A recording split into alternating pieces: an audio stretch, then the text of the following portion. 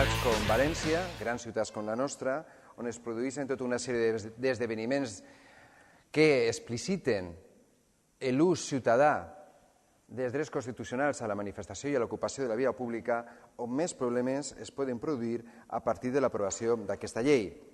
Una llei que, lluny de buscar el consens que va manifestar el ministre de l'Interior en el seu moment, ha estat votada, subratlle, en solitari. Una llei, per tant, que pretén dissuadir aquesta protesta social i la mobilització ciutadana contra el que són polítiques que s'han vingut implementant en el nostre país, molt especialment des de l'any 2012. Estem parlant, per tant, d'una llei que criminalitza la protesta ciutadana, que restringeix l'exercici d'un dret fonamental, com és el dret de reunió, cosa inèdita en la Unió Europea, de manifestació, d'expressió, inclús va més enllà i comença a limitar el dret de vaga i, per tant, deixa la ciutadania en una evident una situació d'inferioritat davant l'administració. Parlem, per exemple, del cas d'una estudiant d'Elx, Francesca Mercè, que, sense cap proves, més enllà de la paraula, en aquest cas, d'un membre de les unitats d'intervenció policial, se l'ha demanat per participar en una vaga estudiantil sense proves contrastades, 18 mesos de presó, 12 dies de localització permanent, 18 mesos d'inhabilitació per al sufragi passiu i el pagament de 450 euros en concepte de responsabilitat civil, mentre que la infanta Cristina ha hagut de passar anys per a que pugui ser imputada. Per tant, estem parlant de que hi ha moltes més facilitats per a imputar, en aquest cas, suposats delictes a ciutadans que el que fan és exercir el seu dret democràtic reconegut en la Constitució.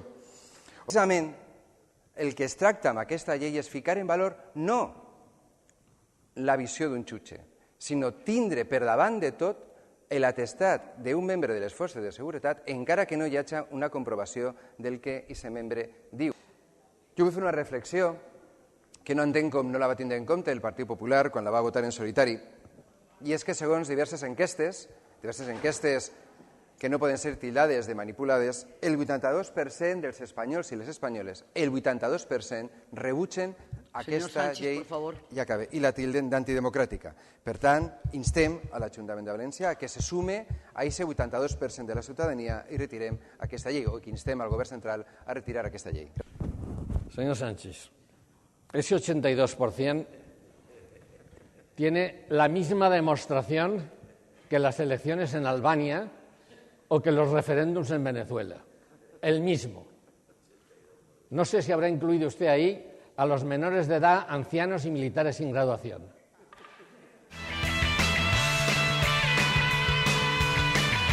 Perquè volem recordar en aquesta moció que l'ocupació de la via pública i el dret a la manifestació són drets fonamentals i que són precisament els que diferencien un estat democràtic d'un altre que no ho és.